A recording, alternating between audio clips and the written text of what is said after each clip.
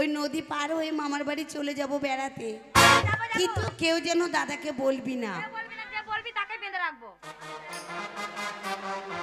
ঠিক আছে চল। ও পীড়িত করেলে করেলে সজনী,